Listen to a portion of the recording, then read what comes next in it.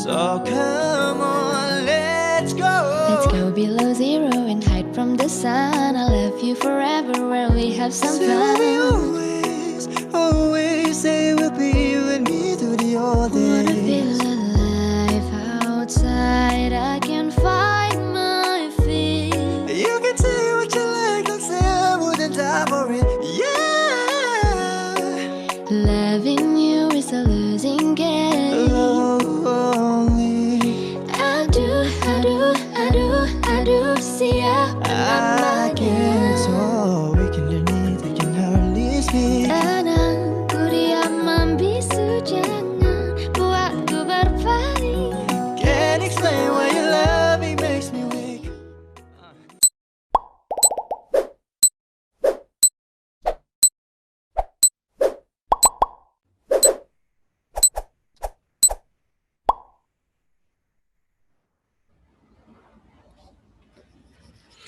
Iya, halo, selamat sore teman-teman semua. Selamat datang di virtual event kami yang pertama di 2021 ini. Sejauh mana sih kalian tahu tentang influencer yang ada di Indonesia? Buat teman-teman di sini yang berani terima challenge ini, tolong dong raise hand, angkat tangannya, raise hand. Dan yang saya pilih yang bisa on cam ya, supaya kelihatan mukanya. Ada yang raise hand nih. Oke, ada Angela Christy Linder. Halo Kak Angela, bisa on cam? Nah, Kak Angela on cam. Silakan Mas Marco, Kak Angelanya sudah on cam. Oke, kita coba ya. Kita main game dulu untuk ice breaking purposes. Caranya simple, aku bakal sajikan beberapa foto social media superstar atau influencer. Cukup tebak aja namanya. Mungkin kita bisa ke slide berikut. Aku langsung coba share beberapa hal yang dari kemarin kita bersama mungkin pengen simak. Nah, aku bakal start dulu dari segala sesuatu yang mungkin sifatnya general atau top line. Apa sih seorang social media superstar atau seorang influencer? Nah, aku tuh lebih familiar dengan sebutan influencer. Tapi biasanya ada beberapa rujukan atau beberapa nama untuk seorang social media superstar. Yang paling terkenal itu sebenarnya adalah key opinion leaders atau KOL. Banyak banget yang pasti udah sering dengar jargon itu. Yang satu lagi influencers. Dan sebenarnya dua jargon ini tuh sama aja, cuma tergantung negara mana merujuk ke social media superstar tersebut. Nah, pertanyaannya sekarang, social media superstar atau influencer itu apa sih? Singkat banget, mungkin definisi yang paling tepat untuk seorang social media superstar adalah seorang individu yang memiliki kemampuan atau kapasitas untuk mempengaruhi tiga hal dari audiens atau penyimaknya. Yang pertama itu cara berpikir, yang kedua itu persepsi dan opini, dan yang ketiga itu proses pengambilan keputusan. Nah, influencer punya kemampuan dan kapasitas untuk mempengaruhi ketiga hal tersebut. Jadi, kalau misalkan teman-teman sekalian merasa bahwa, wah, gue ini seseorang yang sebenarnya didengar sama teman-teman gue atau anggota keluarga gue. Sebenarnya kalian itu udah seorang influencer atau mungkin opinion superstar in your own right jatuhnya. Seseorang yang sudah punya kapasitas tersebut. Bedanya adalah seorang social media superstar biasanya mempengaruhi tiga hal ini, cara berpikir, persepsi dan opini, serta proses pengambilan keputusan lewat konten yang mereka buat, lewat konten yang mereka publikasikan atau mereka bagikan di channel social pilihan mereka masing-masing. Dan biasanya seorang influencer itu cukup spesifik. Ada yang kuat banget, let's say di YouTube, ada yang kuat banget di Twitter, ada yang kuat banget di TikTok, nyari salah. Dan ada juga yang kuat banget di Instagram. Masing-masing punya kelebihan dan kekurangan sendiri, masing-masing channel ini. Nah, itu definisi seorang influencer secara umum. Sekarang ini kita mau ke slide berikut untuk tahu sebenarnya seperti apa sih level influencer. Influencer itu bisa dibagi ke dalam 3 level besar. Yang pertama itu, mungkin kita mulai dari yang paling aku sebenarnya nggak terlalu suka pakai kata ini, tapi namanya hidup kita berusaha untuk mendaki ke atas ya. Kita mulai dulu dari yang paling bawah. Grassroots. Nah, ini level influencer yang pertama. Tolak ukur untuk seorang grassroots influencer itu biasanya dari jumlah follower yang ada di akun sosial mereka. Kita ambil contoh aja Instagram ya. Kalau misalkan teman-teman nih punya follower di akun Instagram masing-masing, dan aku yakin teman-teman pasti semuanya punya Instagram, insya Allah. Biasanya kalau follower kamu 1.000 sampai 10.000, dari sudut pandang brand, dari sudut pandang perusahaan dan korporat, akan mengkategorisasikan kamu sebagai seorang grassroots influencer. Jadi kalau misalnya follower kamu 1.000 sampai 10.000. Kelebihan daripada grassroots influencers adalah jumlah kita ini teramat besar. Karena mayoritas dari kita, ya jumlah followers atau teman-temannya di sosial media memang ada di skala ini saja. Tapi grassroots influencers itu punya dua kekuatan besar yang umumnya tidak mereka sadari. Yang pertama itu sebenarnya kredibilitas. Kenapa kredibilitas? Karena yang akan kita pengaruhi, yang kita ajak ngobrol, itu biasanya teman-teman kita sendiri. Dan umumnya, teman tuh lebih percaya either teman sendiri, anggota keluarga, handai tolan, atau sanak saudara. Jadi, kemampuan kita mempengaruhi orang lain dari sisi kredibilitas itu terbilang tinggi. Kedua, kolektivitas. Karena biasanya kita deket banget nih sama follower-follower kita masih ada sifat kolektivitas yang kuat banget. Itu kekuatan terbesar dari influencers yang masuk di dalam kategori grassroots. Nah, kalau misalnya yang grassroots ini udah menjebol, let's say di Instagram ya, udah jebol angka 10.000, dia masuk ke level makro dan micro. Ini biasanya influencers yang, atau sosok-sosok individu-individu yang jumlah followersnya itu 10.000 sampai 1 juta followers. Kekuatan mereka itu ada di 3 hal. Yang pertama itu spesialisasi. Kenapa spesialisasi? Kalau misalnya teman-teman sadar, biasanya teman-teman tuh suka follow influencer tertentu karena mereka punya spesialisasi atau kuat di kategori tertentu. Contoh, ada influencer beauty, ada influencer untuk fashion, ada influencer untuk otomotif, kuliner, untuk travel. Biasanya sosok-sosok ini terkenal, kita follow dan kita minta referensi karena mereka punya spesialisasi di salah satu bidang tersebut. Dan biasanya mereka sangat kuat di bidang tersebut. Dan karena mereka sudah punya bertahun-tahun pengalaman di bidang itu, kredibilitas mereka pun terbilang tinggi, terutama untuk bidang yang mereka geluti. Nah, spesialisasi, kredibilitas, daripada influencer di dalam lini makro dan mikro ini berdampak ke interaksi dan engagement mereka di masing-masing sosial media mereka. Karena umumnya yang akan terjadi adalah kita datang ke seorang influencer yang memiliki spesialisasi di bidang tertentu. Aku ambil contoh mungkin Tasya Farasya ya, ini top of mind aku nih. Tasya Farasya, dia mantan makeup artist, dia sangat fasih dengan banyak brand beauty di luar sana, jadi orang akan datang ke dia untuk referensi yang berhubungan dengan makeup, yang berhubungan dengan beauty. Dan karena dia sudah menggeluti bidang itu selama bertahun-tahun, apapun yang dia sampaikan memiliki level kredibilitas yang terbilang tinggi. Hal itu juga sama kalau kita lari ke seorang pakar gaming. Untuk yang suka gaming yang ada di dalam sesi ini, mungkin ada yang familiar dengan Tatsumaki dari RRQ, salah satu pentolan di dunia gaming terutama Mobile Legends.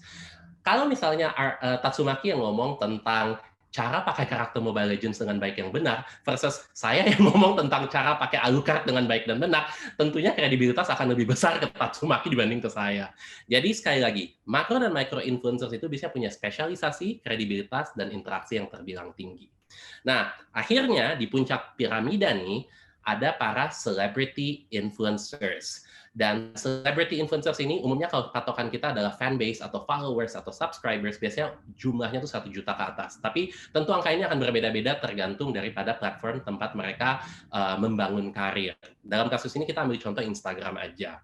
Nah, untuk jadi seorang celebrity ada 2 metode tentunya. Yang pertama itu biasanya kalau seseorang bergelut dari grassroots, dia menanjak naik ke mikro, naik ke makro, dan akhirnya jadi seorang selebriti. Biasanya banyak sosok social media superstar yang sukses dengan proses pendakian yang panjang ini. Tapi metode kedua biasanya adalah para artis-artis yang memang sudah terkenal sebagai seorang seniman, seorang pemain film, seorang penyanyi, mereka sudah punya nama di luar ranah sosial media, mereka tuh bisa dengan cepat menggapai status ini, celebrity on social media itself. Dan kekuatan daripada celebrity influencers, kalau dari sudut pandang brand atau dari sudut pandang company-company yang mau mendayagunakan kemampuan atau jasa mereka, umumnya adalah reach dan fan base. Apa sih reach itu? Reach itu adalah terminologi yang dipakai oleh banyak perusahaan korporat, oleh banyak perusahaan penyedia jasa, penyedia produk, untuk mengukur jumlah individu yang bisa digapai oleh seorang influencer. Jadi biasanya yang jadi tolak ukur, yang jadi nilai jual terbesar dari seorang celebrity influencer adalah jumlah followers atau fanbase-nya. Karena itu menentukan jumlah reach mereka atau seberapa bisa mereka mengekspos konten mereka, produk yang mereka jual, atau jasa yang mereka berusaha populerkan kepada halayak ramai, kepada orang yang follow mereka.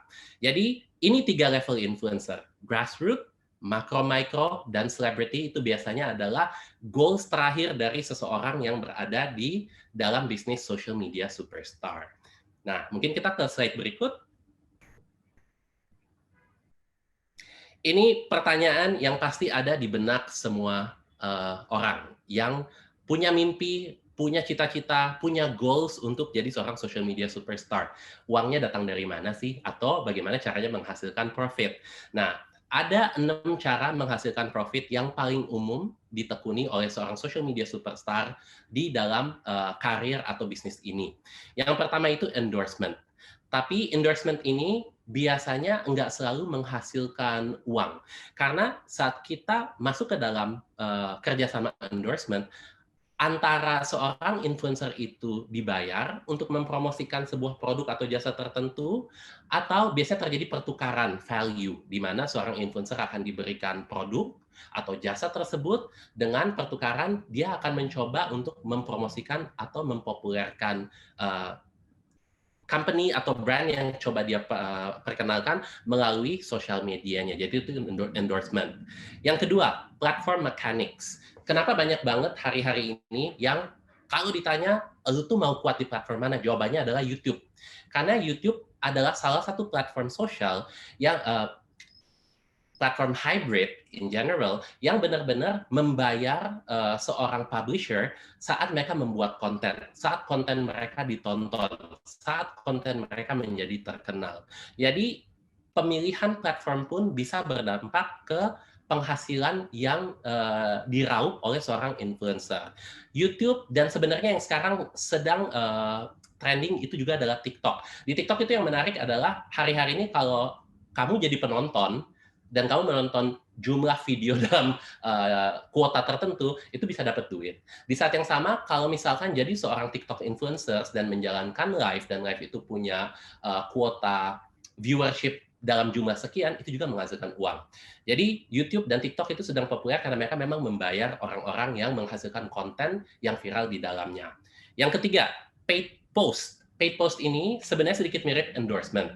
Bedanya adalah saat seorang social media superstar atau seorang influencer mempopulerkan atau memperkenalkan produk jasa tertentu, udah pasti dia harus dibayar. Atau dia akan meminta bayaran dalam jumlah tertentu dan umumnya sangat negotiable. Tapi artinya tidak ada pertukaran barang atau jasa untuk jasa tersebut, tapi harus pertukaran antara uang dan jasa yang diberikan oleh influencer tersebut. Nah, yang keempat, ini sebenarnya yang keempat menurut aku menarik. Brand collaborations. Dalam arti gini, kalau misalkan teman-teman sekalian punya bakat dalam hal tertentu, bisa dalam hal seni, bisa dalam hal crafting, bisa dalam hal olahraga, umumnya ada brand-brand di luar sana atau ada perusahaan-perusahaan di luar sana yang mau mendayagunakan bakat tersebut. Ini aku kasih contoh Marcella dari NKCTHI atau author NKCTHI. Baru-baru ini salah satu brand yang mungkin teman-teman cukup kenal, Dove, punya partnership dengan Marcella ini untuk salah satu kampanye mereka, kampanye Buka Cerita. Dan kenapa mereka memilih Marcella sebagai sosok yang mereka ajak kolaborasi? Karena Marcella punya kapasitas menulis yang luar biasa. Semua orang mengakui Doi sebagai seorang penulis yang luar biasa yang bisa menyentuh hati audiensnya. Nah, jadi kalau teman-teman punya spesialisasi atau bakat di bidang tertentu, itu pun bisa jadi senjata saat teman-teman menggeluti karir sebagai seorang social media superstar atau influencer.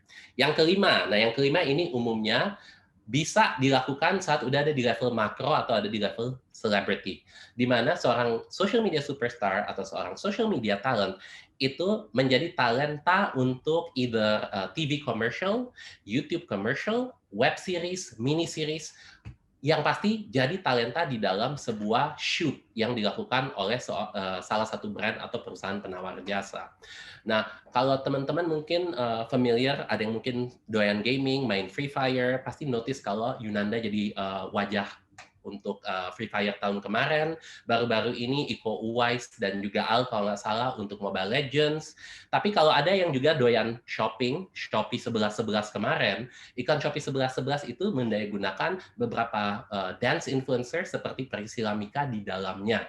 Jadi kalau punya level, udah ada di level makro mikro, punya talenta tertentu yang memang sejalan dengan apa yang dicari oleh sebuah brand, biasanya mau banget mereka coba untuk jadikan commercial talent. Nah, yang terakhir banget, ini goals terakhir dari seorang social media superstar di dalam proses penghasilan profit. Jadi brand ambassador. Umumnya ini masih condong ke arah para selebriti tentunya.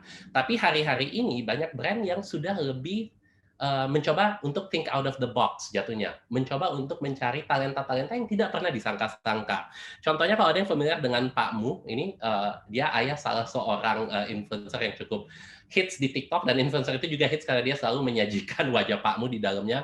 Kemarin ada satu brand kopi yang memang kayak ngajak si bapak dan si anak untuk kerjasama, dan bapak ini dijadikan wajah oleh brand tersebut. Jadi sekali lagi, 6 cara seorang influencer menghasilkan profit: endorsement, platform mechanics, paid post, brand collaborations, commercial talent, dan pada akhirnya seorang brand ambassador. Jadi, kalau kita ke slide berikut, itu mungkin akan jadi akhir dari sesi yang pertama. 中文也行，你可以成为导游、银行家等等，获取更多机会。Ketika lo makin cakap berbahasa, semakin besar juga daya saing lo. Dengan download aplikasi Cakap, sekarang kamu bisa belajar bahasa asing secara 2 arah, online dan fleksibel. Gak ada alasan lagi kan? Sudah siap belum jadi makin cakap?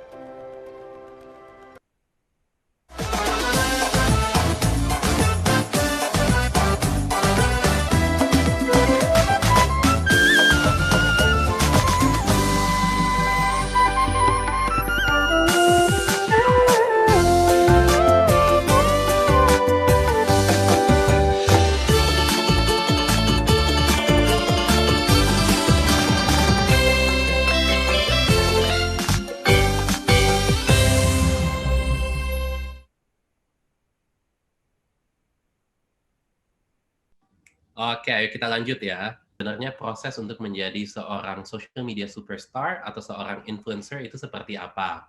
Nah, aku tuh selalu bertolak dari ada satu kalimat menarik, katanya manusia berencana, Tuhan menentukan.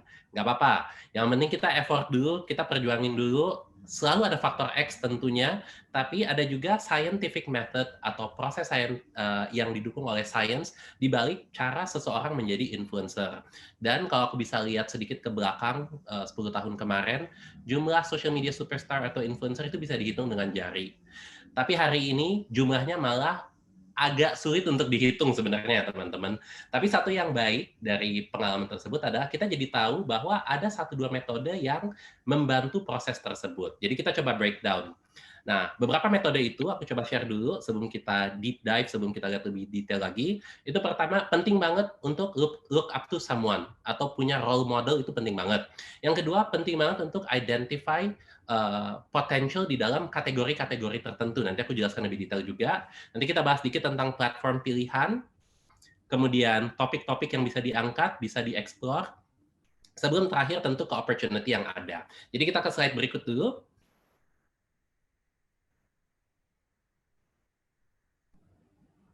Oke.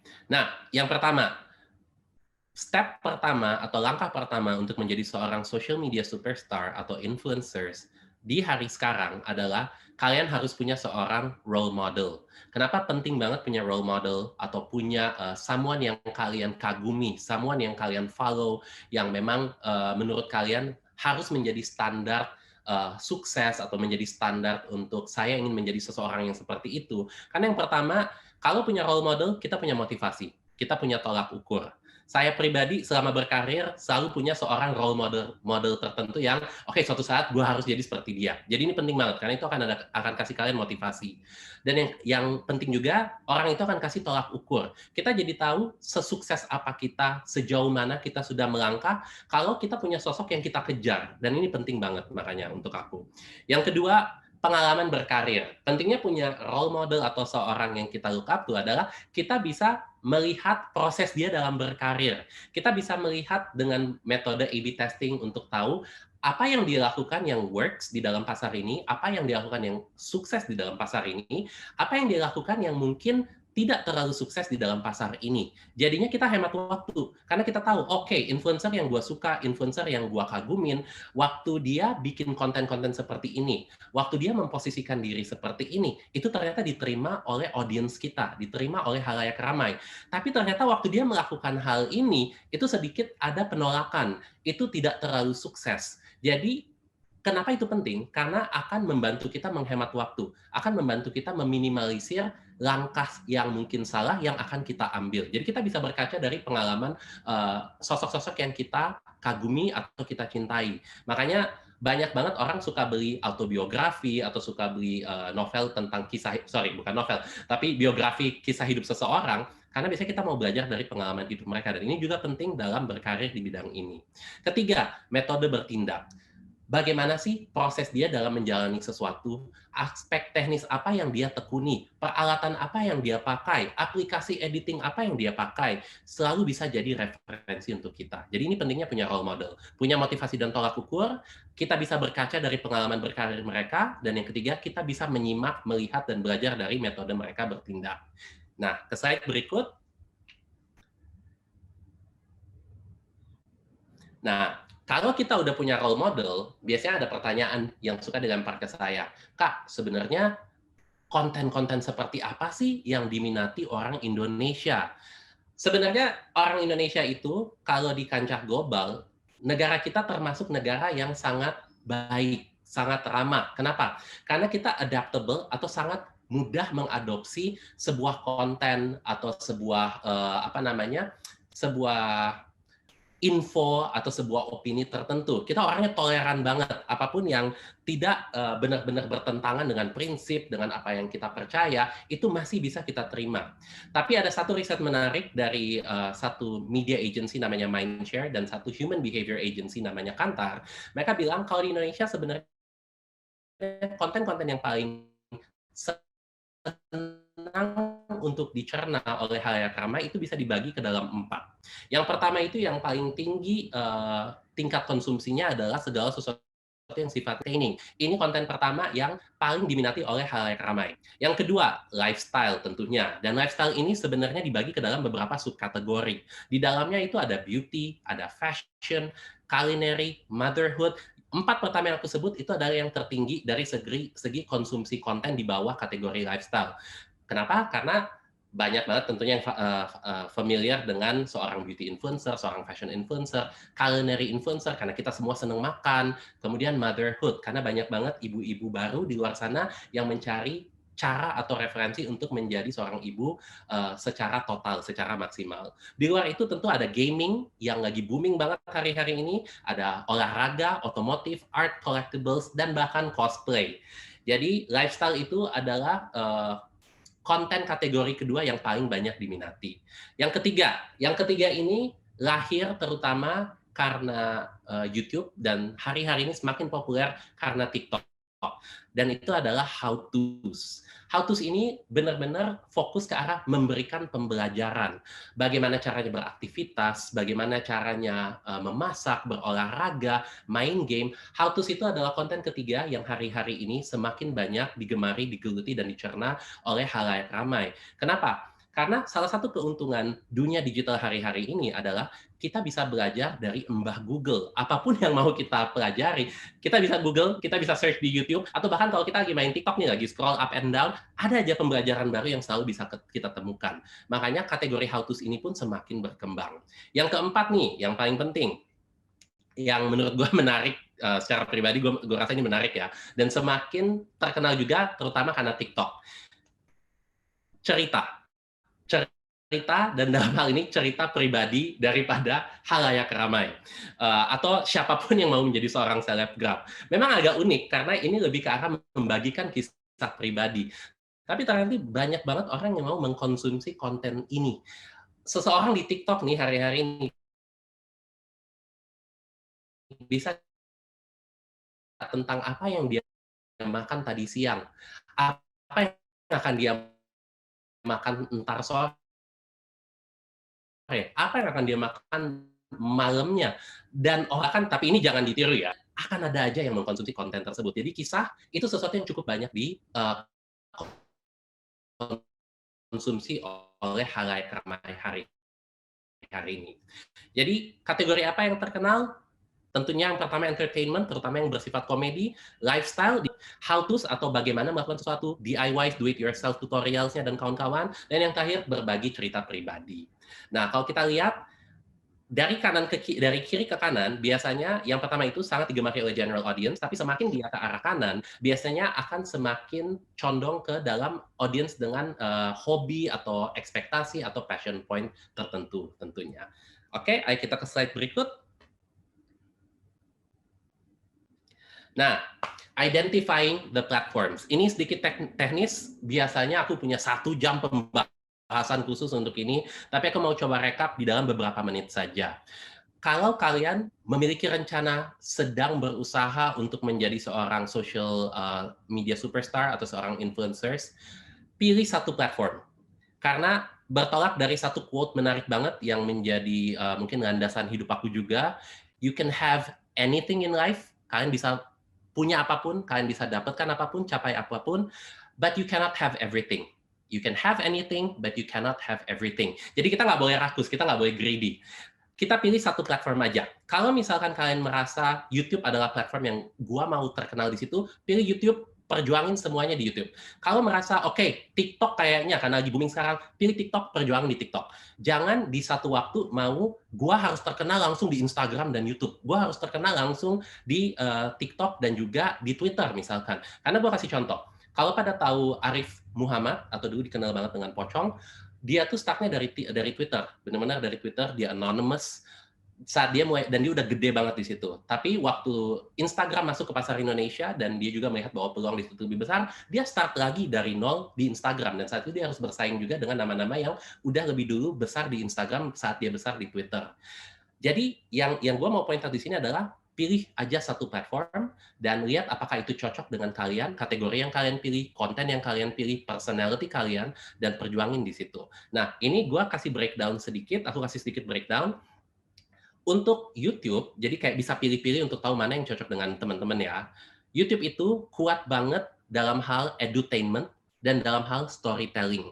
Dia punya kelebihan audience yang besar, pool audience yang besar, dia punya kelebihan konten yang kalian publikasikan di YouTube itu, kalau orang lagi searching keyword yang tepat, sangat mungkin mereka temukan, jadi dia punya tie-in ke search secara teknis. Kemudian yang ketiga tentunya yang bikin semua orang mau ke YouTube hari-hari ini, YouTube membayar untuk konten-konten yang viral, untuk konten yang punya viewers besar, dan akun yang punya subscriber yang besar. Makanya banyak banget YouTuber di luar sana yang menghasilkan uang yang benar-benar hidup hanya dari kata tanda kutip gaji yang diberikan oleh YouTube. Tapi challenge untuk YouTube, kalau kalian mau memilih YouTube untuk jadi platform kalian adalah, pertama, tingkat kurasinya tinggi. Artinya apa? Kalian harus sedikit lebih effort untuk membuat konten-konten yang bagus. Bagus bukan hanya dari segi ideasi ataupun topik, tapi juga secara teknis. Dari teknis pengambilan gambar, dari teknis resolusi video yang di-upload, dari teknis audionya sendiri. Kenapa? Karena YouTube itu punya algoritma dan punya sistem yang akan mengidentifikasi video-video dengan kualitas terbaik menurut teknis mereka untuk di-push kepada penonton atau orang-orang yang lagi search keyword yang berasosiasi dengan video tersebut. Jadi kalau misalnya kalian di era sekarang bikin video tapi uploadnya misalkan kualitas 480 pixels gitu jatuhnya ya, sedangkan yang lain upload 1028 atau udah 4K, YouTube akan prioritasin yang upload 4K untuk disajikan di discovery page mereka. Jadi itu penting banget. Makanya aku bilang challenge-nya adalah kurasi aspek teknis untuk di YouTube. Tapi kelebihan lain, tentu kan bisa bikin konten sepanjang apapun juga. Nah, yang kedua, Instagram. Instagram ini adalah tempat terbaik untuk personal branding. Makanya kalau kalian lihat influencers atau bahkan lihat teman-teman kita bersama, mayoritas, aku bilang nggak semuanya tentunya, tapi mayoritas pasti akan coba tampilkan foto terbaik mereka, video terbaik mereka. Aplikasi-aplikasi seperti FaceApp, Perfect Me, itu bisa terkenal banget karena Instagram memang menjadi tempat untuk personal branding sejuta umat jatuhnya. Kelebihannya adalah Instagram itu sangat tersegmentasi berdasarkan interest dan passion point. Artinya kalau misalkan interest utama kalian adalah beauty, kalian bisa excel tapi di bidang beauty. Makanya sekarang Instagram pun punya fitur untuk follow hashtag tertentu. Dan cara mereka diversifikasi kategori dan konten adalah berdasarkan hashtag-hashtag tersebut.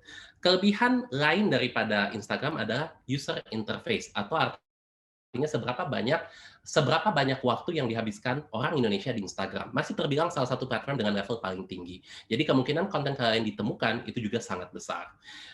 Challenge untuk Instagram sekali lagi adalah kurasi. Kalian harus bikin konten tentunya yang cakep-cakep, yang cantik-cantik, karena Instagram in nature masih sangat-sangat didorong oleh aspek visual.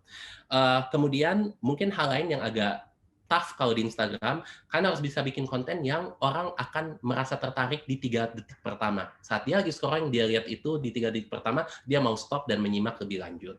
Jadi itu Instagram. Tapi it's really good untuk personal branding dan engagement.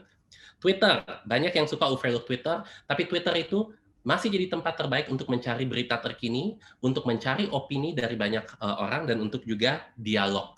Karena di Twitter, kalau lagi ada sesuatu yang heboh nih, mau itu berita, mau itu political policy, mau itu skandal, tanda kutip, pasti kita tahu pertama, mayoritas waktu dari trending topic Twitter. Dan banyak influencer-influencer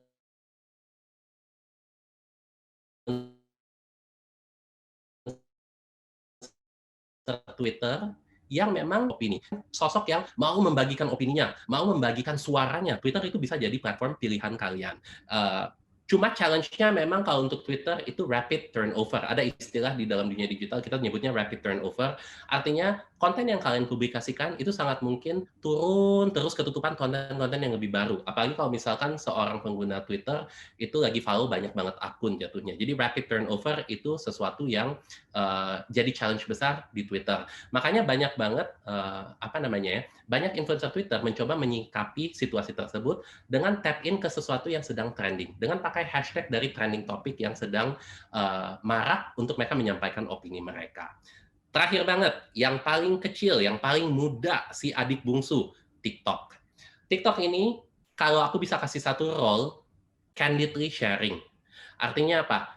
Kalian mau share apapun juga, nggak perlu dikurasi, sifatnya spontan, saat itu juga pengen di-share, bisa kalian share, dan itu punya potensi untuk jadi happening. Itu punya potensi untuk masuk ke FYP jatuhnya. Makanya pros utama daripada TikTok adalah, kamu bisa share apapun secara candid dan spontan, diedit-edit nggak ada masalah tentunya, tapi nggak akan butuh kurasi sebesar kalau misalnya kalian publish sesuatu di YouTube. Yang kedua, dia juga secara teknis dia sangat friendly. Dia nggak menuntut, kalau kayak YouTube menuntut video lu tuh harus 4K, harus punya meta tagging yang kuat. Untuk TikTok, sebenarnya kalau kalian bertanya-tanya kenapa FYP itu belum punya pedoman yang jelas untuk tahu bagaimana masuk ke FYP, karena TikTok itu berusaha untuk keadilan bagi seluruh pengguna. Dia benar-benar sifatnya faktor X banget. Siapapun bisa jadi populer karena dia tidak mencanangkan skema tertentu untuk seseorang jadi terkenal di platformnya. Dan itu yang bikin dia luar biasa banget. Dan itu yang jadi challenge juga sebenarnya. Makanya kalau kalian lihat di slide ini aku tulis, challenge-nya yang pertama itu belum ada guideline yang konsisten atau jelas untuk bagaimana konten kalian bisa masuk ke FYP. Dan yang kedua, sama sedikit mirip dengan Twitter, dia juga punya rapid turnover konten. Orang akan selalu scroll up and down jatuhnya. Nah, berdasarkan aspek teknis ini, kalian udah bisa mulai menerka-nerka mana kira-kira platform yang cocok untuk aku pribadi jatuhnya. Tapi ini ada sedikit tie-in dengan slide berikut. Kita ke slide berikut dulu, mudah-mudahan cukup waktu. Aku coba run secepatnya. Jadi ini sekilas saja untuk nunjukin, kalau tadi aku udah bahas sedikit tadi, YouTube ke TikTok, dari kiri ke kanan itu YouTube biasanya long form, TikTok itu biasanya short form. YouTube itu ada kebutuhan untuk visual dan audio teknis yang sangat tinggi, sampai ke TikTok enggak jatuhnya. Untuk YouTube technical aspek itu penting banget, untuk TikTok jatuhnya enggak. Dan kalau bisa kamu lihat Instagram dan Twitter di sini, dia ada di tengah-tengah. Kemudian kalau YouTube umumnya memang satu message aja, satu arah aja, kita menyampaikan sesuatu satu arah aja. Tapi kalau udah Twitter, udah TikTok sifatnya sedikit conversational. Oke, kita ke slide berikut.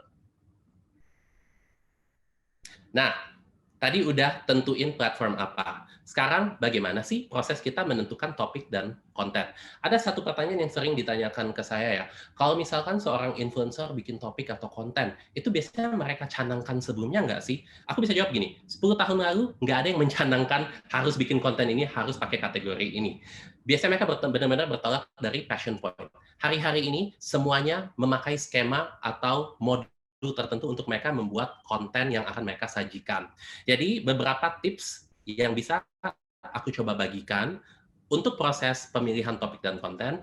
Langkah pertama, pilih dulu kategori yang kamu idamkan. Dan ideally kategori tersebut harus bertolak dari hobi kamu, bertolak dari passion kamu, bertolak dari apa yang kamu sukai. Kategori ini bisa beauty, fashion, culinary, motherhood, gaming, sports, sampai ke collectibles. Sampai ke hal-hal yang mungkin kalian hobi banget, kalian anggap, oh ini mana ada sih yang bakal suka, coba explore. Kenapa? Karena semua yang terkenal di industri influencer hari-hari ini start dari sesuatu yang mereka suka banget. Start dari sesuatu yang memang mereka passionate about. Bukan karena itu udah gede, terus mereka coba ikutan. Tapi mereka memang mencintai hal tersebut sebelum mereka menjadi besar. Nah, yang kedua nih, kalau kamu udah pilih kategori, aku ambil contoh kamu pilih kategori kuliner. Kamu harus pilih topik.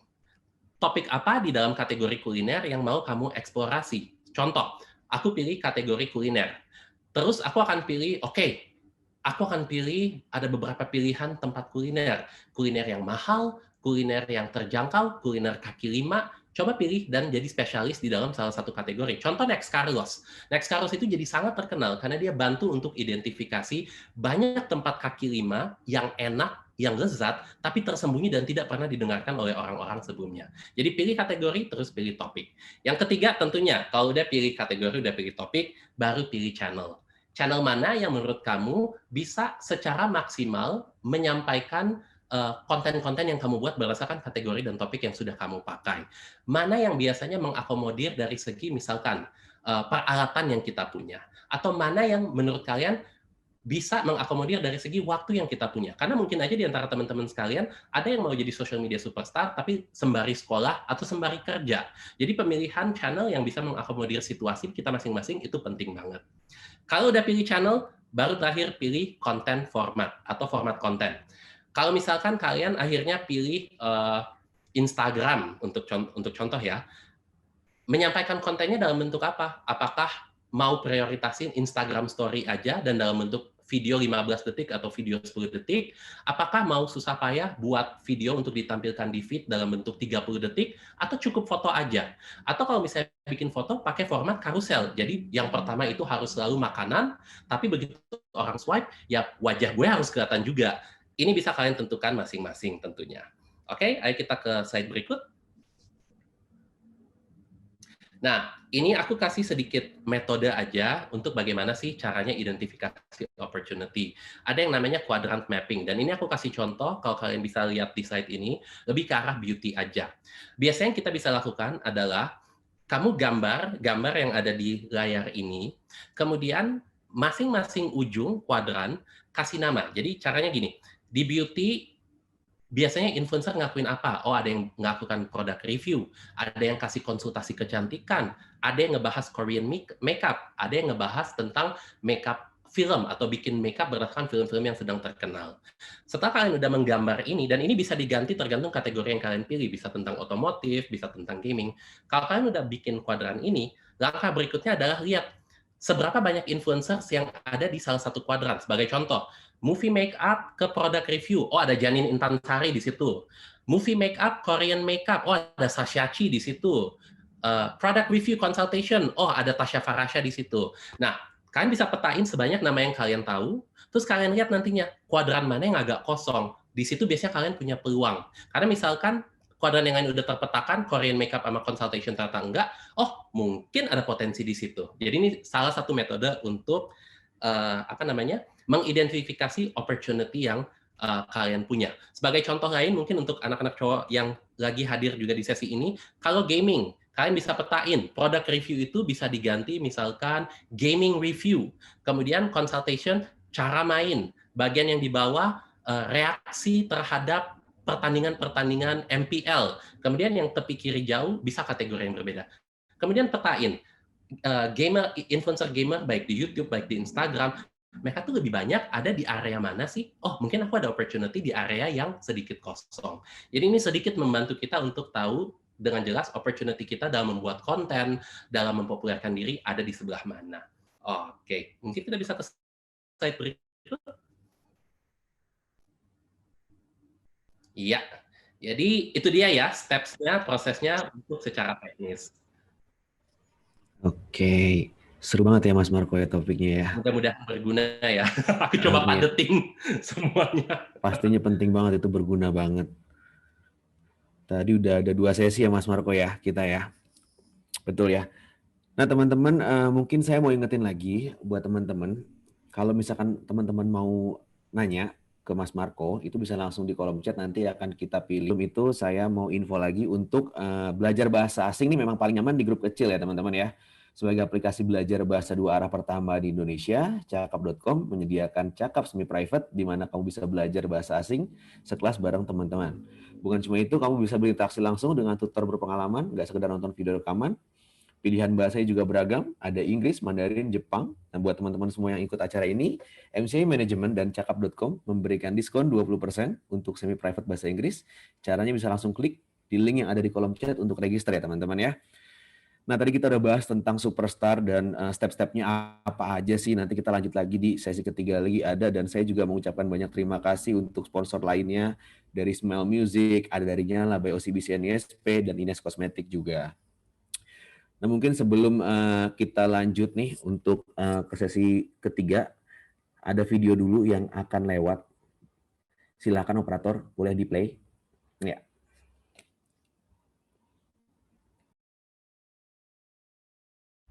中文也行。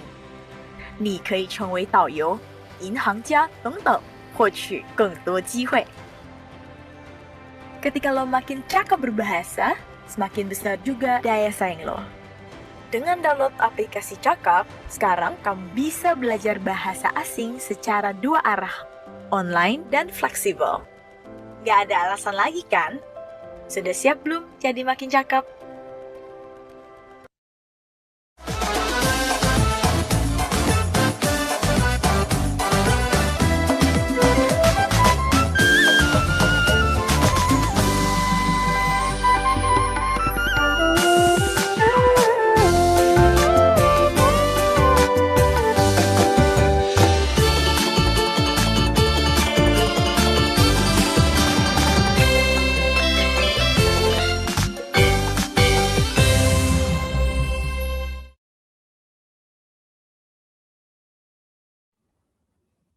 Info lagi nih, ada Ines Kosmetik, itu adalah brand asli Indonesia yang lahir dan berdiri sejak tahun 1998 di Malang, Jawa Timur, yang mengeluarkan produk perawatan kulit, baik skincare, body care, dan make up. Keamanan produk dari mereka itu menjadi prioritas utama bagi Ines Kosmetik, sehingga setiap proses pengolahannya sudah teruji klinis oleh BPOM, serta kehalalannya sudah tersertifikasi oleh MUI. Ines Kosmetik ini memiliki misi untuk membangun kepercayaan diri melalui perawatan kulit yang menjadi dambaan semua orang.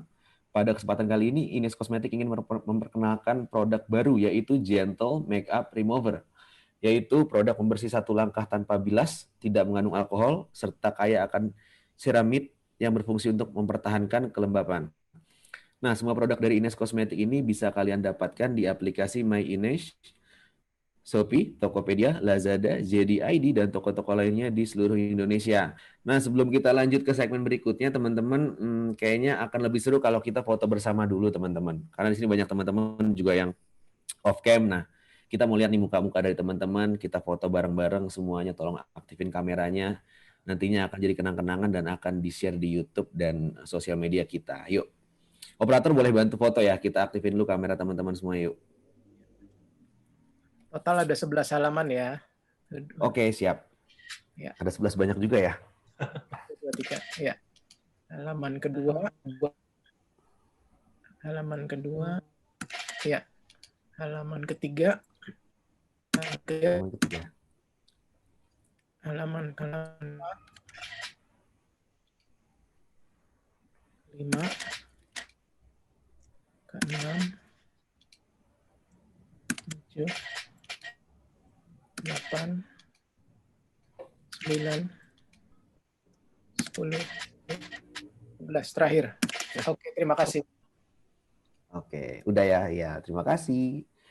Nah, tadi kita udah tahu ya teman-teman ya, apa arti dari superstar dan apa step by step-nya untuk menjadi superstar. Nah, jadi tadi kita udah bahas sedikit latar belakang atau bagaimana apa itu seorang social media superstar. Kita udah bahas sedikit lebih ke arah aspek-aspek teknisnya, pemilihan channel, pemilihan topik. Sekarang yang paling penting, ini lebih ke arah bagaimana kita stay true to ourselves jatuhnya, atau bagaimana kita juga mau memposisikan diri di dalam social media. Karena gampang banget untuk seseorang yang mau jadi social media superstar kehilangan arah, kehilangan identitas. Jadi dari awal udah harus menentukan mau jadi sosok seperti apa saat menyajikan diri di sosial media nantinya. Jadi kita akan bahas sedikit tentang role dan persona, kita akan bahas sedikit tentang visual dan personal tonality, dan terakhir kita akan bahas tentunya apa yang harus kita persiapkan saat kita mau menjadi seorang social media superstar. Oke, kita langsung ke slide berikut aja.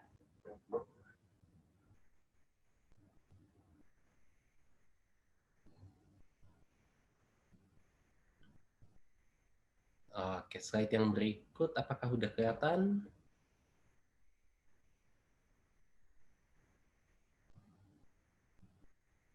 Ya. Jadi role dan persona. Kenapa ini penting banget? Ini penting banget karena sekalinya kalian menyajikan diri di sosial media dan kalian terkenal, kalian akan dikenang sebagai sosok yang titik-titik-titik. Dan itu tugas kita untuk menentukan titik-titik itu seperti apa. Karena aku kasih contoh, antara kalau familiar dengan seorang artis TikTok tentunya Tria Rona atau terkenal dengan Advan Putra, ini dua sosok yang dalam keseharian dan di dalam TikTok sangat berbeda. Tria Rona sudah memposisikan dirinya sebagai sosok yang komedik dan itu bikin dia dicintai banyak khalayak juga. Dia cantik, dia keren, tapi saat dia menyajikan diri konyol, men. Siapa yang sangka kan? Tapi itu cara keputusan dia dalam memposisikan diri sebagai sosok social media superstar di TikTok. Yang satu lagi mukanya kalem, tapi mulutnya pedas. Dan ini yang bikin audiens suka. Jadi saat ini semua harus bertanya ke diri masing-masing. Saat gue menampakkan diri di sosial media, saat kalian menyajikan diri di sosial media, mau kelihatan seperti apa. Dan itu bisa ditentukan melalui 3 cara sepertinya sebenarnya. Yang pertama, tentukan dulu apa peran yang mau kalian emban. Apa peran yang mau kalian adopt. Apakah kalian mau menjadi seorang storyteller? Apakah kalian mau menjadi seorang news anchor atau seseorang yang menyampaikan pemberitaan? Apa kalian mau menjadi the guru atau seorang pakar yang menjelaskan cara melakukan sesuatu? Atau mungkin kalian menjadi tempat di mana orang datang untuk konsultasi. Mau jadi sosok di mana orang datang untuk membahas topik-topik tertentu. Atau yang terakhir banget, apakah kalian mau menjadi seorang interviewer? Dan interviewer itu untuk mempermudah sebangsa Mas Dedi atau Nashwa jatuhnya. Jadi kalian akan bercakap, berdialog dengan sosok-sosok yang mungkin punya kisah menarik, yang mungkin mau dikulik lebih dalam kisahnya. Oke, jadi seperti yang aku bilang tadi, pertama tentuin dulu mau punya peran apa. Apakah mau bercerita tentang sesuatu, mau menyampaikan informasi, mau memberikan pembelajaran, mau memberikan konsultasi, atau apakah mau menjadi seseorang yang mengajak orang lain berdialog, atau the interviewer. Kalau sudah memutuskan mau jadi peran yang mana atau punya role apa, berikut pertanyaannya adalah, mau kasih pembawaan yang seperti apa? Atau mau menampilkan pembawaan yang seperti apa? Nah, pembawaan ini bisa banyak. Bisa dalam bentuk sosok yang belak-belakan, yang straightforward. Bisa sosok yang politically correct, atau dalam hal ini benar-benar sifatnya diplomatis. Memilih kata-kata, memilih cara menyampaikan sesuatu supaya tidak melukai perasaan orang lain. Bisa juga sifatnya puitis. Nggak apa-apa kalau kalian misalkan punya latar belakang yang suka poetry, orangnya puitis, bisa mencoba menyampaikan konten kalian atau pesan kalian dalam bentuk yang seperti itu juga. Atau kalian ngerasa diri kalian tuh orangnya seneng banget berkelakar, bercanda tawa, bisa mengambil pembawaan yang sifatnya komedik. Nah, bisa juga sifatnya argumentatif. Nah, yang berikut itu bisa juga sifatnya empatik. Kalian menyampaikan konten, menyampaikan pesan, tapi dengan benar-benar mengambil angle yang penuh empati. Lawannya ada juga yang sifatnya eksplosif. Nggak ada masalah. Kalau kalian ngerasa kalian orangnya belak-belakan dan memang tipe yang ngomong apa adanya, dan itu bertolak dari personality kalian, boleh juga mengadopsi pembawaan tersebut. Jadi, pilih peran mau seperti apa, pilih pembawaannya mau seperti apa, dan terakhir yang ketiga yang penting banget nih, mau berbahasa seperti apa sih? Tata bahasanya mau bertolak dari KBBI kah? Mau sifatnya yang sangat-sangat formal, merujuk kepada kata-kata yang benar-benar sifatnya baku digunakan di kamus? Atau mungkin kalau mau ngomong mau anak zaman now, wah gue dan lu tuh harus mencapai goals kita dengan cara yang seperti apa? Bisa juga kalau pada mau ada yang suka bilang dan anak jaksel banget gayanya. Jadi dicampur-campur bahasanya bisa kayak, "Okay guys, today we are going to talk about these issues. Hajime mashite watashi no namae wa." Dicampur-campur tuh dengan bahasa asing boleh banget. Atau mau jadi sosok yang bikin bangga daerah. Artinya apa? Bahasa Indonesianya dicampur dengan bahasa daerah masing-masing. Ini umum banget terjadi dan banyak banget yang menerima dengan open arms banget.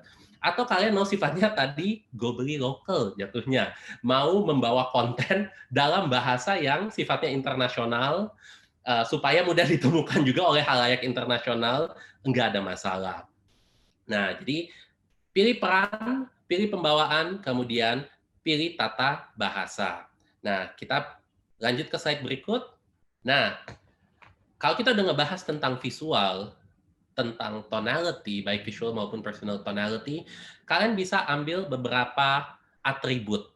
Kalian bisa coba menampilkan diri sebagai seseorang yang sukses, yang jujur, bisa juga sebagai seseorang yang misterius, yang mungkin sulit untuk ditebak.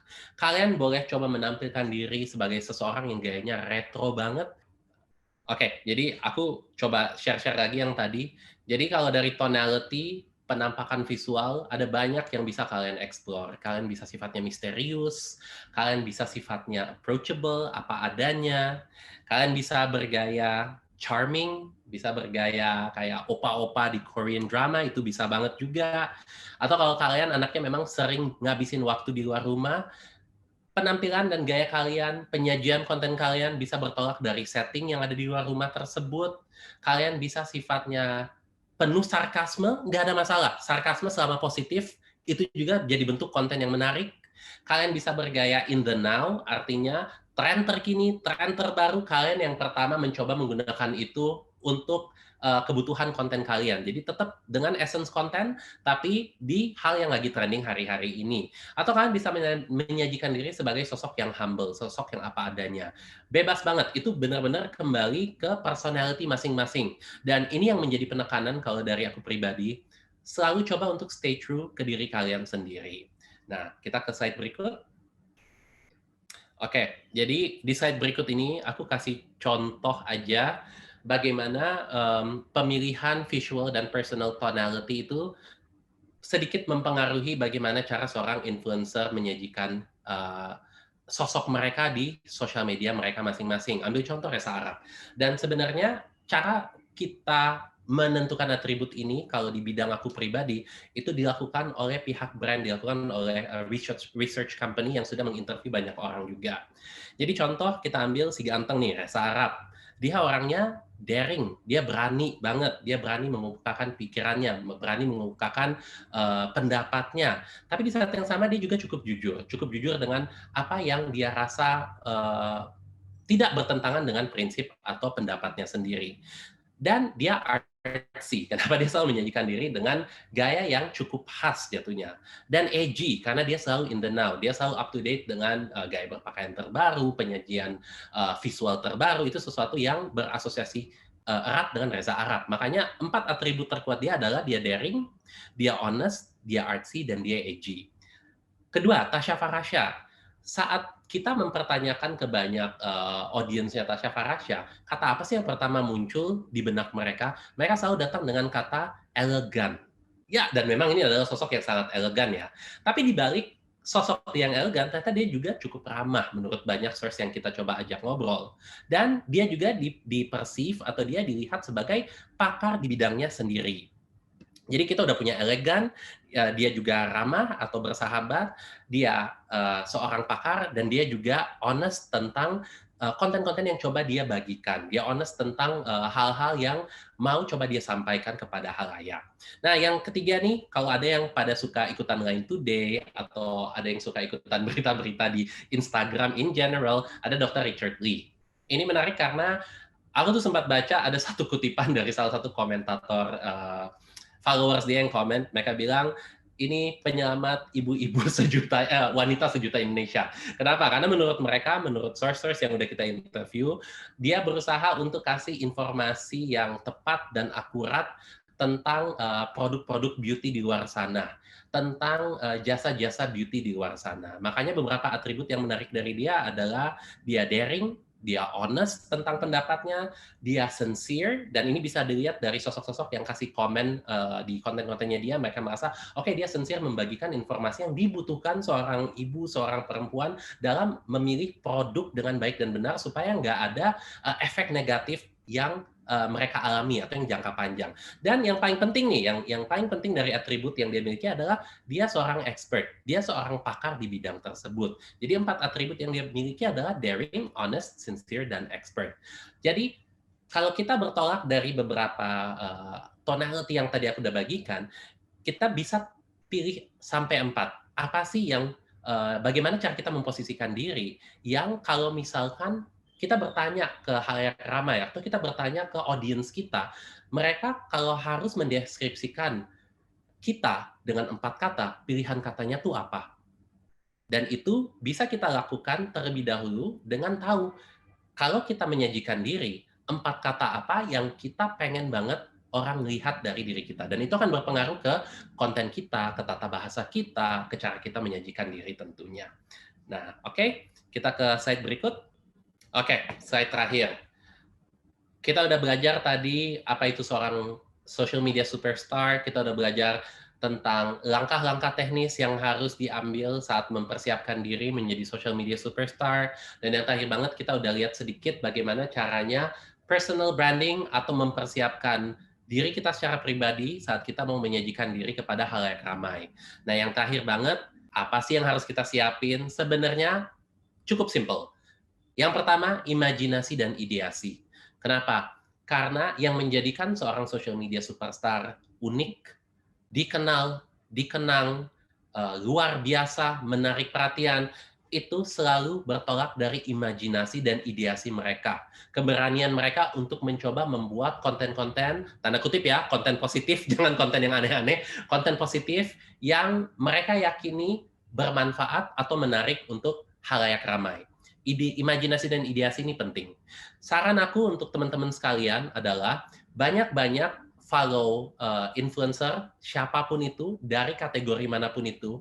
Karena biasanya ide untuk membuat sebuah konten, misalkan kamu ada di dalam lini otomotif, sangat mungkin menemukan ide untuk membuat konten dari kategori yang berbeda, dari kategori gaming, dari kategori beauty, dari kategori fashion. Itu sangat mungkin terjadi dan vice versa. Bisa juga mereka yang ada di dalam kategori yang berbeda menemukan ide untuk membuat konten di dalam kategori yang di luar kategori mereka. Misalkan yang beauty nemu ide untuk bikin konten di dalam kategori otomotif.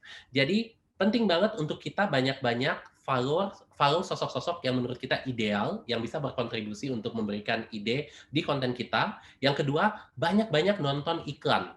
Iklan Indonesia, iklan luar negeri, itu penting banget. Bahkan influencer luar negeri, karena biasanya selalu akan ada ide, selalu ada metode tertentu yang bisa kita temukan untuk membangkitkan imajinasi dan ideasi kita.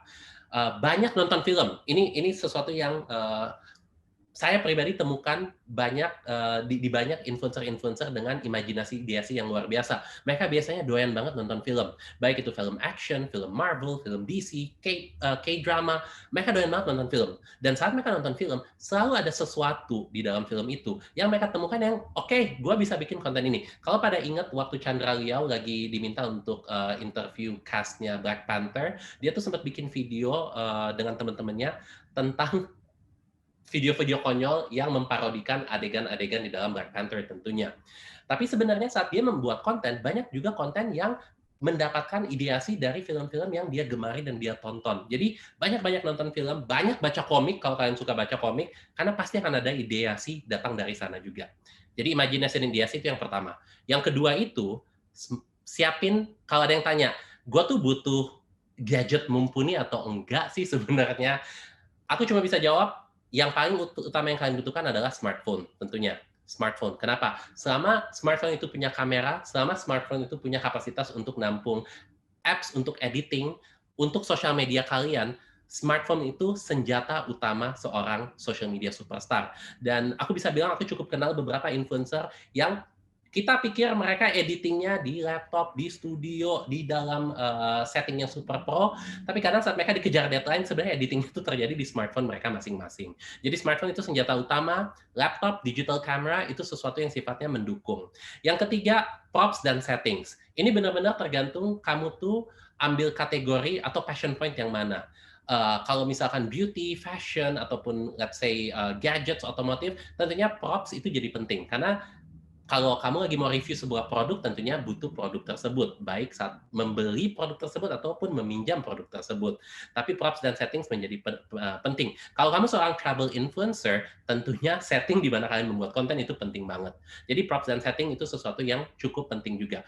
Tapi sekali lagi, kembali ke kategori dan passion point kamu. Kalau kamu seorang musikus dan hanya berbekal sebuah gitar, kamera kamu pun cukup untuk membuat kamu terkenal. Dan ini kisah nyata untuk beberapa influencer musik yang terkenal jatuhnya. Yang terakhir banget, ini yang penting banget, editing apps pendukung. Kayak aku bilang tadi, banyak hal, banyak konten yang bisa dibuat, bisa diciptakan, bisa diedit hanya dari smartphone kalian aja. Dan smartphone hari-hari ini semakin canggih dalam arti ini.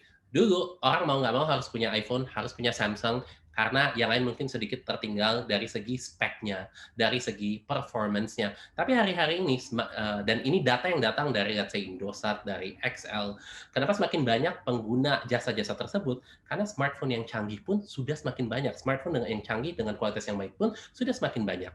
Jadi, editing apps itu penting. Dan banyak editing apps yang bisa kalian explore. Untuk foto ada Snapseed, ada Visco, Teza, Kuni, mereka ada paid materials-nya tentunya, tapi bahkan yang free materials pun sangat mumpuni, sangat bisa dieksplor. Kalian bisa pakai PixArt, Storymaker, Picnic, dan ini satu metode untuk kalau mau hemat biaya ya. Kalau misalkan ada let's say app editing yang harus subscribe, biasanya mereka kasih 1 minggu gratis dulu. Pakai 1 minggu itu sebaik mungkin, terus ini gue ngajarinnya jahat, tapi pakai 1 minggu sebaik mungkin, terus lompat misalkan ke app berikut yang memberikan fitur serupa. Nggak usah harus selalu berbayar, coba selalu explore apapun yang memberikan kesempatan untuk menelurkan sebuah konten atau menelurkan sebuah karya. Selalu ada jalan. Makanya gue suka banget tuh Gojek, pasti ada jalan. Oke. Jadi itu, imajinasi, ideasi, smartphone, laptop, digital cam, tapi smartphone yang paling utama, props dan settings itu sebenarnya plus, bonus, dan sangat bergantung dari kategori yang kalian tekuni. Terakhir, editing apps ini penting banget, banyak hal yang kalian bisa capai hanya dengan smartphone dan editing apps yang kalian punya di smartphone kalian. Oke, jadi itu yang penting untuk disiapkan. Nah, ini yang terakhir. Saat kita jadi seorang social influencer, ini balik ke slide yang awal-awal aku share, seorang influencer punya kemampuan untuk mempengaruhi cara berpikir, opini dan persepsi, serta proses pengambilan keputusan daripada halayak ramai dari seseorang. Artinya, kata kasar kita punya power. Dalam hal ini, power untuk menentukan seseorang mau berbuat apa, berkata seperti apa, atau bertindak seperti apa. Karenanya, saat teman-teman suatu saat nanti jadi influencer yang terkenal, jadi influencer yang mumpuni, selalu ingat bahwa jadi seorang social media superstar datang dengan tanggung jawab yang besar juga. Karena kalian disorot, banyak yang look up to kalian. Jadi, karenanya ingat bahwa saat kita memutuskan untuk bertindak, untuk berkata-kata, untuk memberikan komentar, penting banget untuk berpikir panjang seperti apa sih impact-nya terhadap orang lain. Apakah positif, apakah negatif, apakah menyakiti perasaan orang lain. Karena kita punya kemampuan untuk mempengaruhi pola pikir dan pendapat dan cara mengambil keputusan dari halayak ramai. Jadi saat kita mengomentari atau memberikan apa kata kasarnya, atau memberikan komentar-komentar pedas tentang satu dan lain hal, itu selalu punya dampak. Jadi saat kita mau mengambil keputusan untuk bersuara atau mau menyampaikan hal tertentu, nggak apa-apa kita harus selalu jujur, nggak apa-apa kita harus vokal, tapi harus selalu diingat bagaimana cara melafalkannya, bagaimana cara menyampaikannya, dan selalu harus mempertimbangkan apa kira-kira dampaknya, pertama untuk orang lain, dan yang kedua tentunya untuk teman-teman pribadi juga. Jadi, terima kasih banget guys, dan kayaknya panjang tapi berasa singkat banget. Mudah-mudahan materi yang dibagikan itu tadi bisa berguna untuk kalian dalam perjalanan kalian menjadi seorang social media superstar atau seorang influencer mumpuni nantinya. Sangat mungkin kayak tiba-tiba gue udah follow salah satu dari kalian karena wah ini ternyata keren nih. Ya, cakep. Oke, thank you banget guys, thank you banget. Untuk link absensi ada di kolom chat ya teman-teman. Bisa klik link absensinya di kolom chat. Teman-teman bisa lihat sekarang di kolom chat, pastikan penulisan huruf, nama, dan atau title yang tercantum sudah benar. Karena nanti langsung masuk ke emailnya teman-teman semuanya. Buat teman-teman, kita coba deh jawab pertanyaannya. Sorry saya jump in jadinya nih. Ini ada pertanyaan yang masuk, kita coba ya yang Boleh. tadi berdasarkan pembahasannya. Nah, ada dari Kak Joseph, dia nanya, bagaimana sih cara membangun engagement pada sosial media biar menarik untuk pengunjung, lalu apakah giveaway yang dilakukan influencer itu berpengaruh dalam memasarkan produk kita, seperti itu. Oke. Engagement. Nah, engagement ini sesuatu yang cukup menarik karena memang bukan sesuatu yang mudah didapatkan oleh siapapun juga. Baik itu influencer yang sudah terkenal dan punya banyak followers, maupun influencer yang baru mulai. Tapi, biasanya kalau kamu baru mulai, kemungkinan kamu dapat engagement yang lebih besar itu punya persentase lebih tinggi dibanding kalau follower kamu udah gede banget. Jadi kalau misalnya ditanya bagaimana caranya dapat engagement yang baik, satu, konten kamu itu harus mengundang orang untuk komen atau bertanya atau berdialog. Ini kalau kita ngomong engagement ya, kita nggak cuma ngomong likes. Kita ngomong orang misalkan memberikan komentar, orang bertanya. Jadi kalau kamu lagi bikin konten, contoh, kenapa kalau misalkan di akun beauty, seorang influencer beauty, mereka suka share, mereka suka kasih di terakhir, coba share pendapat kamu, coba share pengalaman kamu, coba share efeknya di kulit kamu. Karena ini metode-metode yang digunakan untuk menghasilkan engagement lebih baik dalam bentuk komentar. Jadi, satu saran yang bisa aku kasih, pertama, saat mau bikin konten yang sifatnya engagement, atau sifatnya untuk menarik orang engage dengan konten kamu, sifatnya memang harus either untuk orang menjawab, untuk orang membagikan cerita atau pengalaman mereka, atau untuk orang membagikan komentar mereka di situ. Selalu harus ada satu caption, atau kalau kamu bikin konten video di Instagram, harus ada di terakhir, bagiin pendapat kamu, kalau di lu sendiri seperti apa. Umumnya itu ngebantu banget untuk audiens yang lihat video itu tahu bahwa kamu butuh feedback mereka, kamu butuh komen mereka. Jadi itu saran yang pertama dan utama dari aku, dan itu juga approach yang paling banyak dilakukan oleh para influencers. Nah, metode kedua itu umumnya supaya engagement-nya tinggi, terutama di konten tertentu, biasanya influencers itu akan berusaha kasih giveaway. Ini nanti ada hubungannya dengan pertanyaan kedua ya. Influencers berusaha kasih giveaway. Mereka akan berusaha untuk mereka yang membagikan cerita terbaik di konten yang ini, aku akan memberikan hadiah apa. Jadi ada value exchange di situ. Nah, Itu 2 metode. Yang pertama itu lebih ke arah kamu minta komentar mereka secara sincere. Yang kedua itu kamu memberikan hadiah atau kamu memberikan insentif karena mereka mau berkomentar, mau berdialog dengan kamu di konten kamu. Itu 2 metode yang paling umum. Dan metode yang pertama-tama harus kamu coba. Pertanyaan berikut, apakah sebenarnya giveaway yang diberikan influencer itu bisa bantu mempopulerkan produk kamu? Dan ini ada hubungannya dengan udah lebih ke arah digital marketing juga ya tentunya. Jawabannya tergantung dari influencernya.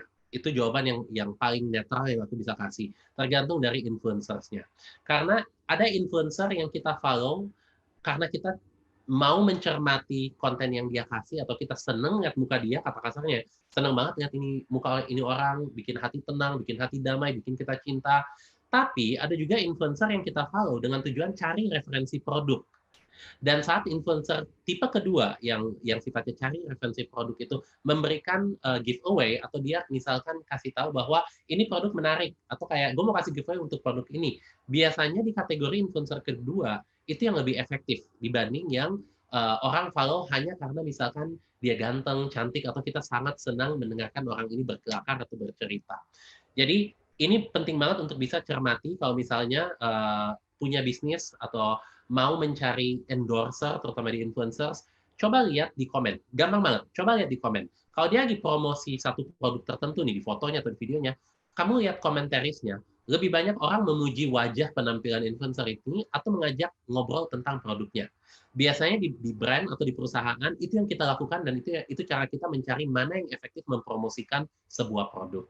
Mudah-mudahan itu menjawab ya. Jadi kayak nanti lihat aja influencernya, dia lagi promosi produk, coba lihat komennya. Oke, dari 50 komen, 40 ngebahas wajah, sisa 10 tuh ngebahas tentang produknya.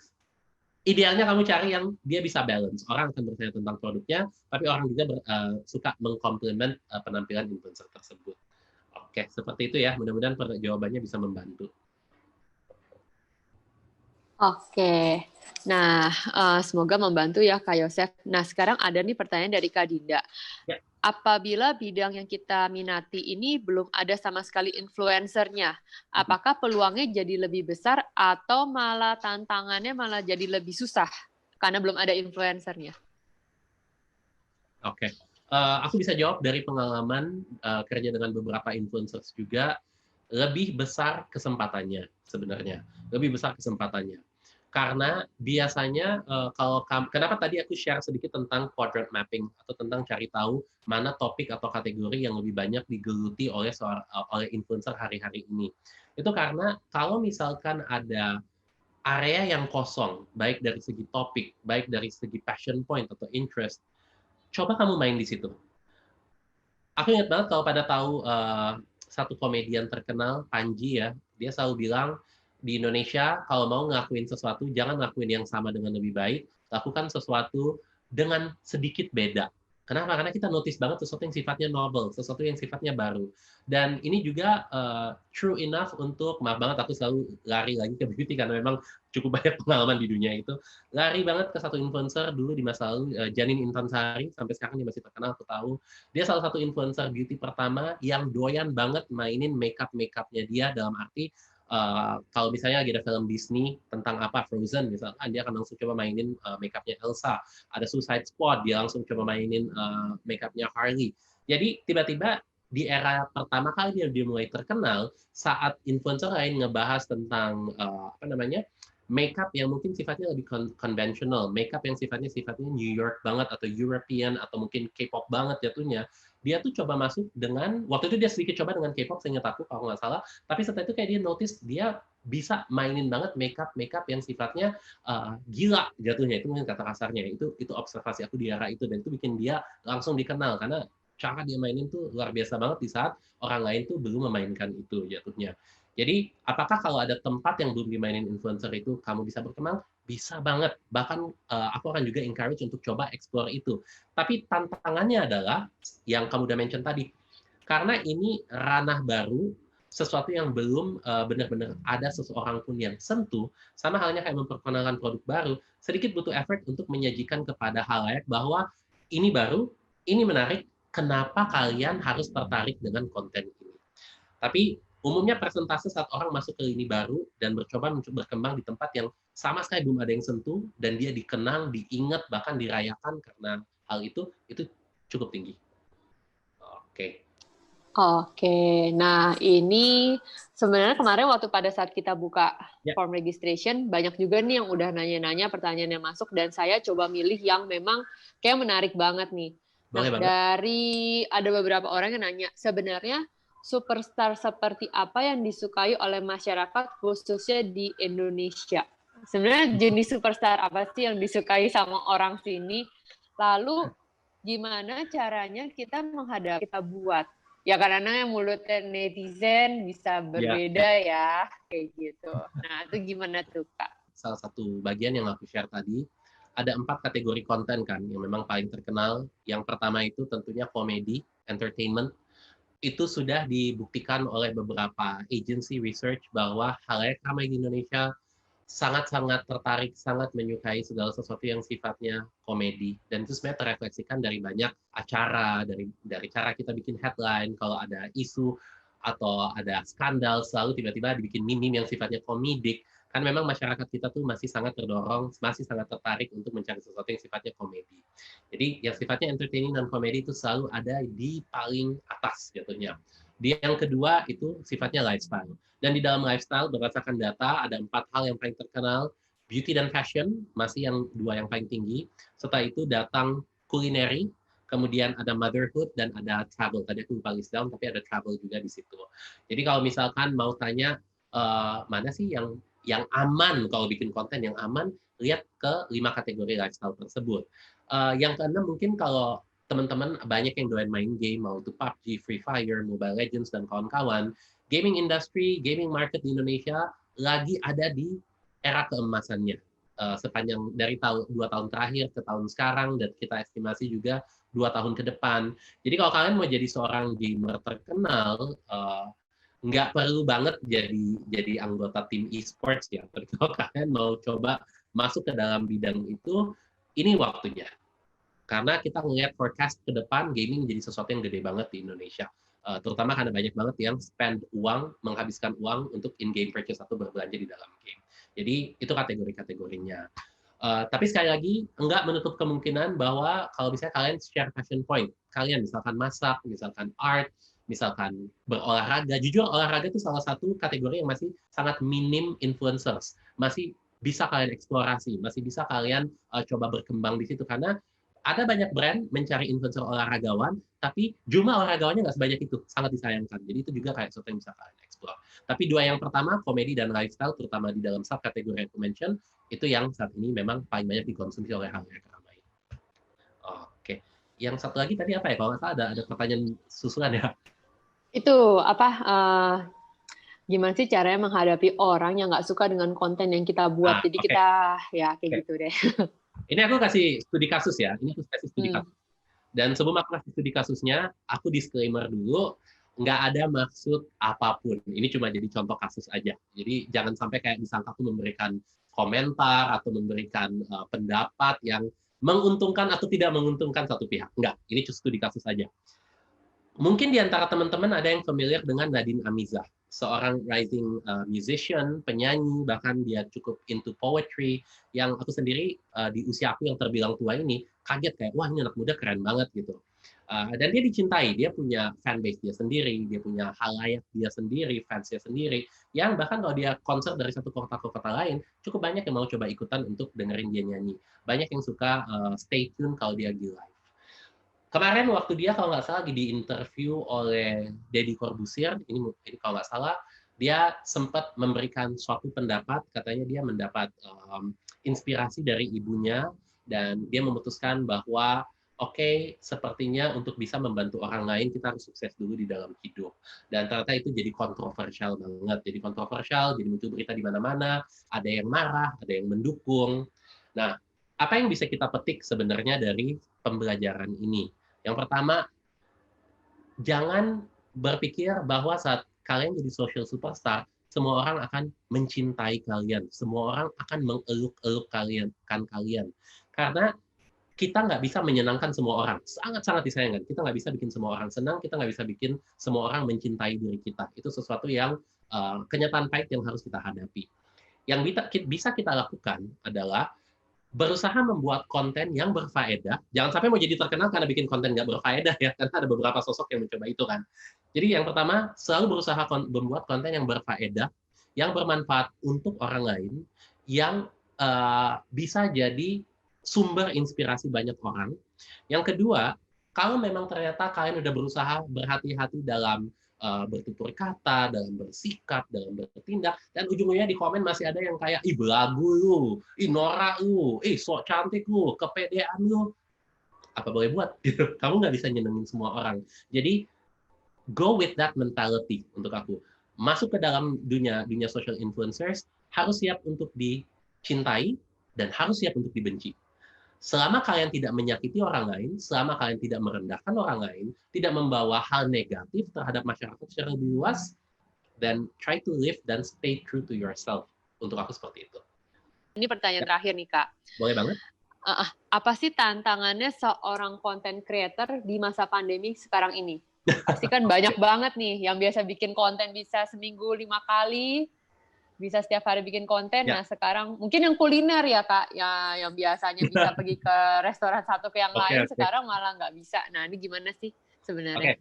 Jadi era pandemi itu era yang sulit banget, bukan hanya untuk social influencers, tapi untuk semua bidang usaha sebenarnya ya.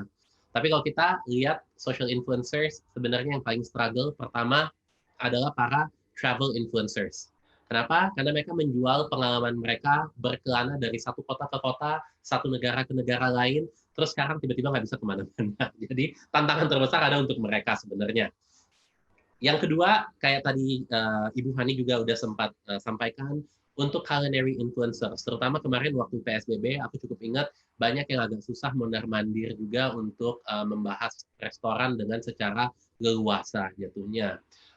Tapi untuk banyak influencers lain, memang tantangan terbesar saat ini adalah karena mereka harus di rumah.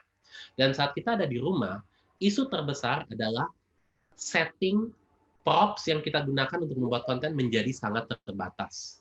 Tapi di saat yang sama itu juga jadi tantangan. Dan di sini sebenarnya kreativitas seorang influencer itu diuji. Karena pertanyaannya adalah, di dalam kategori atau di dalam spesialisasi yang kita miliki, bagaimana kita berkreasi di masa pandemi ini.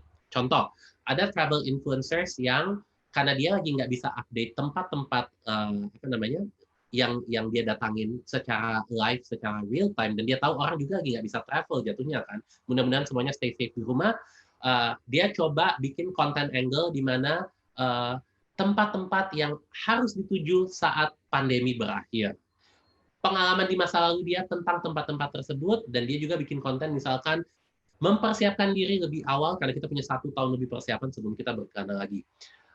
Jadi sebenarnya challenge terbesar di waktu pandemi itu lebih ke arah setting dan props-nya sendiri. Karena saat mau bikin konten, kita nggak bisa cari tempat atau dengan pemandangan, dengan setting yang umumnya kita bisa cari di saat nggak pandemi.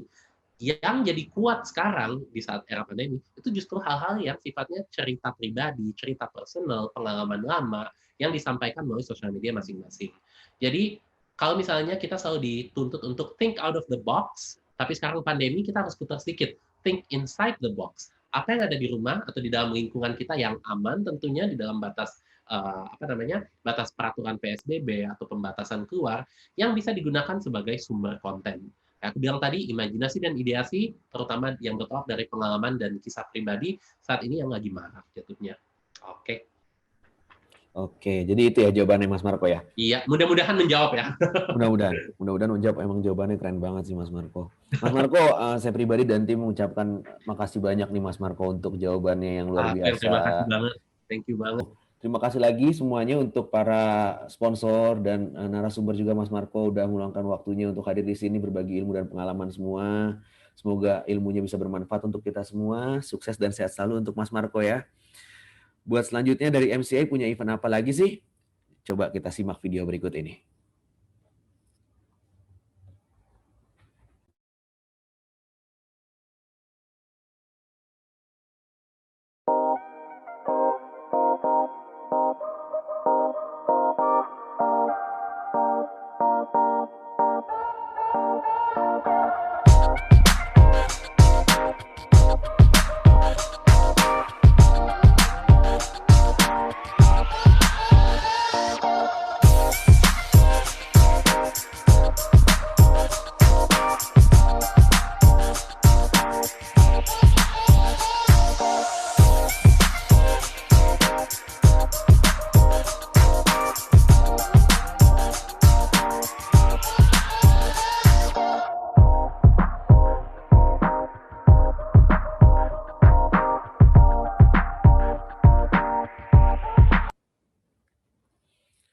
buat teman-teman jangan lupa ikutan ya. Linknya itu nanti untuk pendaftaran bisa diklik di kolom chat nanti ada tuh. Nah teman-teman, kita dari MCI mengadakan door prize. Nanti door prize-nya itu akan kita umumkan besok hari Sabtu jam 12 siang di Instagram MCI Management. Jadi buat teman-teman di sini yang tadi udah keburu live belum follow berarti mereka rugi. Dan buat teman-teman di sini yang masih ada stay di sini buruan follow MCI Management karena besok siang kita umumin door prize. Ada beberapa hadiah menarik buat teman-teman yang udah ada di sini. Nanti kita pilih random ya. Nah buat teman-teman yang butuhkan e-certificate bisa klik langsung yang ada di kolom chat tadi. Mohon pastikan nama dari teman-teman, title semua dari teman-teman itu benar. Karena nantinya nama yang tertulis di sertifikat sesuai dari apa yang teman-teman tulis di form berikut itu.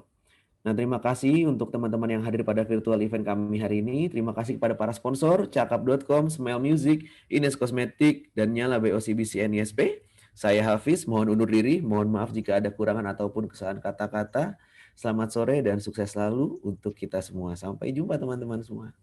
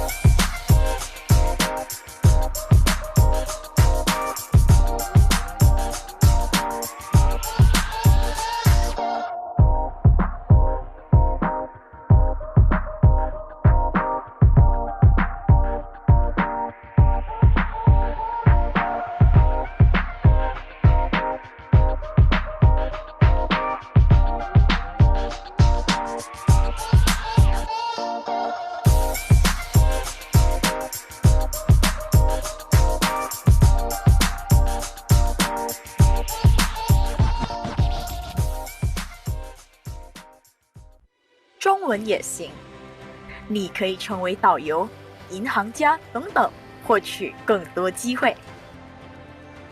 Ketika lo makin cakap berbahasa, semakin besar juga daya saing lo.